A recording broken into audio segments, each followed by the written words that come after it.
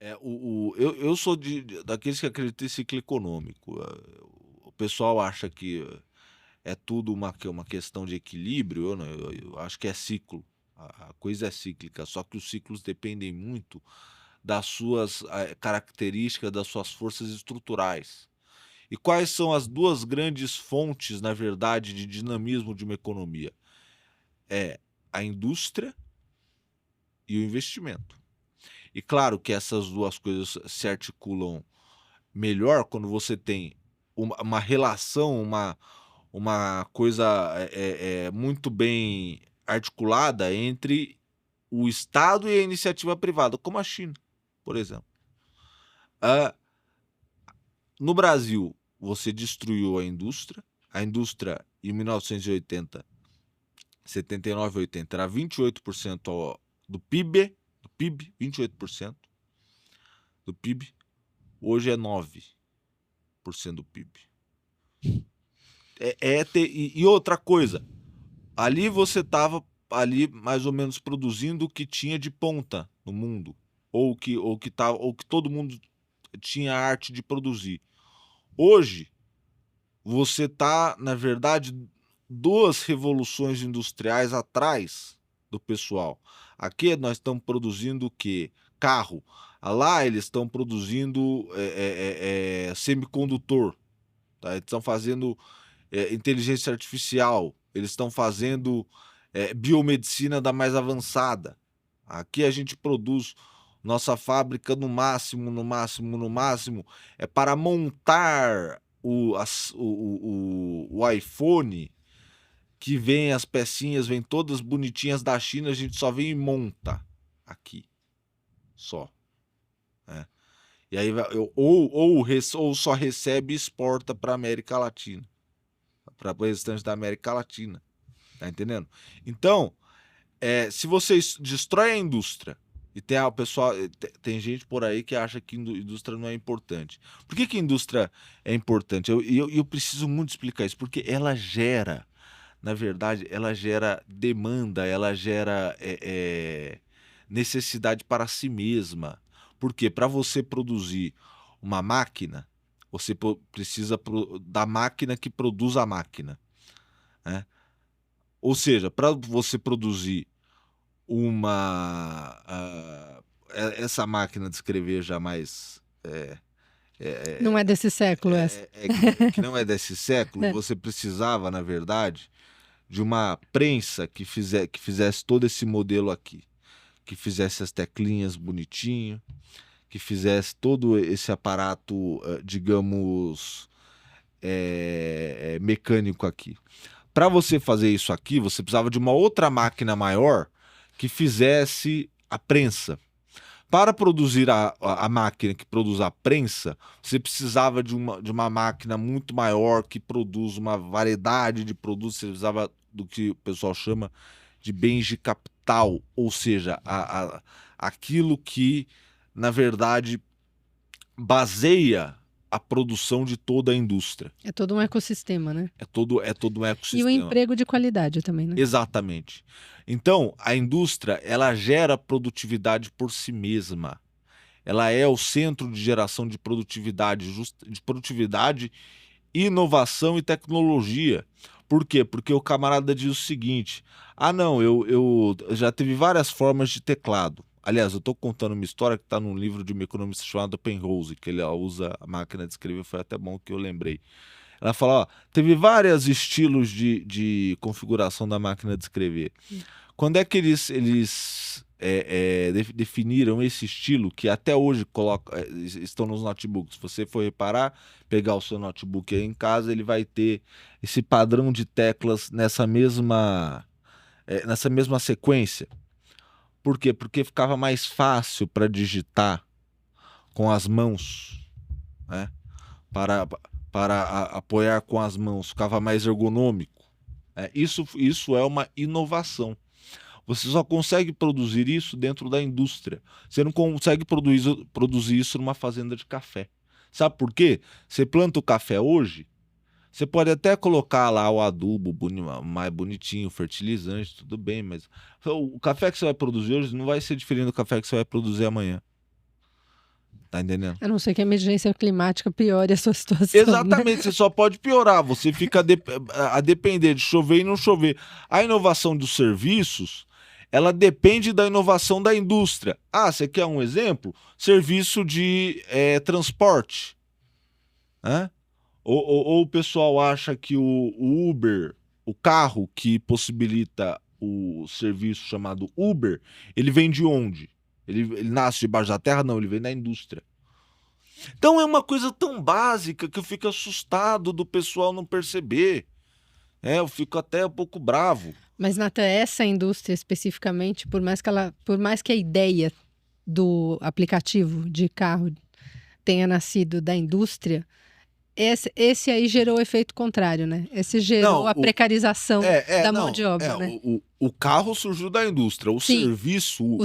O aplicativo. O serviço, na verdade, o aplicativo, ele não é o Uber, ele não é um aplicativo que conecta demandantes de corridas e ofertantes motoristas. Ele não é apenas um conector. Assim como o Tinder não é um conector de pessoas que estão à procura de um amor ou de qualquer coisa, ou o Facebook não é para fazer amizades, e eu podia citar outros, ou o Amazon não é entre os grandes fornecedores, os grandes atacadistas e os consumidores, não é isso. Eles, na verdade, são empresas que estão atrás de informações. Quanto mais informações eles tiverem, melhor, porque informação é dinheiro. É assim que se gera dinheiro no capitalismo digital. Os dados, né? Os nossos dados. Os dados, exatamente, os dados. E como é que você gera dinheiro com dado? Porque quando você diz o seguinte, ó, eu tenho dado para dizer aqui o que a Regina gosta de comer no café da manhã. Eu tenho um determinado dado, eu capturei lá no Facebook, pela sua pesquisa no Google, pelo que você curtiu no Facebook, pelo que você procurou no Instagram, etc. Eu sei disso aqui. Aí eu vou te mandar uma propaganda num outro aplicativo para dizer isso aqui. Bom, mas aí eu ainda não sei exatamente. Eu vou querer mais um dado. Aí quanto mais dados, mais eu refino, mais eu personalizo. E esses dados, eles não são só de oferecimento externo. Eles são de, na verdade, moldagem da nossa cognição interna. É esta que é a grande questão. Sim.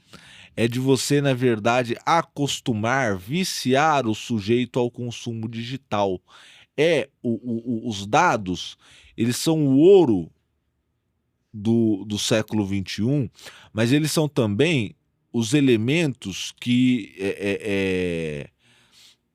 os cientistas sociais eles vão se apegar na ideia de que as pessoas elas vão tendo um impulso consumista, mas não é um impulso consumista mais por coisas físicas, é um impulso consumista pela rede social, por uma forma que aparentemente é conectiva, mas é uma tentativa, na verdade, de você preencher uma falta de subjetividade de eu, que paradoxalmente se reflete com a sua imagem numa tela preta, numa tela, num espelho. É um narciso que não reconhece beleza, que só reconhece frustração. Essa é a parada. E os caras ganham dinheiro assim, não é que ganham dinheiro porque o cara que trabalha lá, que me trouxe aqui de Uber aqui no Aqui pro estúdio, estúdio. ele não ganha, não é que eles ganham dinheiro com a taxa que eles cobram do cara. Não, isso aí é ínfimo. Isso aí eles dão prejuízo, na verdade. A Uber dá prejuízo. Nunca deu um dia de lucro operacional. Um dia! Um dia, desde que foi fundada, nunca deu um dia. Como é que ela se tornou uma empresa gigante? Porque, na verdade, ela foi escalonando o negócio. Quanto mais motoristas, mais informações, mais dados. Quanto mais clientes, mais informações, mais dados. Né? você tem a capacidade, na verdade, de ir crescendo esse negócio, e o camarada que abriu o IPO por X bilhões, hoje ele tem 100 X bilhões, entendeu? Então, na verdade, com o potencial de captura de dados, é que ele criou dinheiro, é que ele fez dinheiro. E o dinheiro concentrado na mão de pouquíssimos. Essa é a história do seu Zuckerberg, essa é a história do seu Jeff Bezos, essa é a história do seu Elon Musk também. Essa historinha de que não, ele foi corajoso de apostar nos foguetes antigos da NASA. Ô cacete, desculpe, nada disso. Ele, na verdade, ele é um sujeito que, primeiro, já nasce de uma família abastada da África do Sul. Segundo, ele coloca sim o capital de risco, mas ele, na verdade, ele cumpre uma função para a NASA. Ele não acontece, o Elon Musk não aconteceria se não fosse o pesado desenvolvimento do departamento militar industrial americano, Do Estado, né? do Estado americano. Então é isso. Agora, Nathan, até que chega um ponto em que esse poderio de quantidade de dados e informações dos cidadãos começa a ser usado para outro fim, como arma política. Ah, claro. E agora de geopolítica também, né? Isso agora aí, não, sem gente. dúvida. Isso aí, sem dúvida, porque, na verdade, o que é esse fenômeno das fake news? Que ela foi bem explorado nos últimos anos. Na verdade, essa é uma forma possibilitada pelas redes sociais e por toda esse mecanismo novo da inteligência artificial, etc., que você pode criar um mundo fictício a partir da inteligência artificial e vender isso para qualquer pessoa. Tá entendendo? Porque, na verdade, como se estrutura esse novo mundo, né? A inteligência artificial e essas formas, digamos, de verdades que, na verdade, se estabelecem apenas no nível do discurso, ela não tem concretude no sentido relacional, no sentido de que eu posso perguntar, verificar com você se é verdade, ter esse apreço ao que é concreto, apenas ao que é falado, aos efeitos, a performance que a minha fala vai produzir em você, né? Essa é o que o pessoal estuda no negócio chamado semiótica, que é muito, tá nesse livro aqui, o Franco Berardi. Eu vou fazer uma propaganda um pouquinho. Faça, por favor. Aí esse negócio, na verdade, o que ele é? A inteligência artificial, ela não é nem inteligente, porque inteligência, ela prescinde, ela é uma coisa humana, por definição, por dois fatores. Primeiro, pelo fato de que nós somos criativos.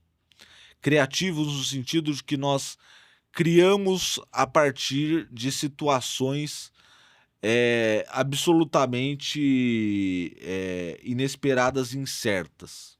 Nós trabalhamos com a tal da incerteza. Nós não trabalhamos nem com aleatório, nem com padrão absoluto. Nós trabalhamos com aquilo que é incerto. Isso possibilita a criatividade e possibilita a oportunidade do erro. Essas duas questões, né, que oferecem a oportunidade da dúvida, e a dúvida é que avança o conhecimento. Portanto, a inteligência humana, ela é fruto deste processo. Uma máquina não faz isso, por melhor que seja. Ela pode tentar emular este processo, mas ela não faz.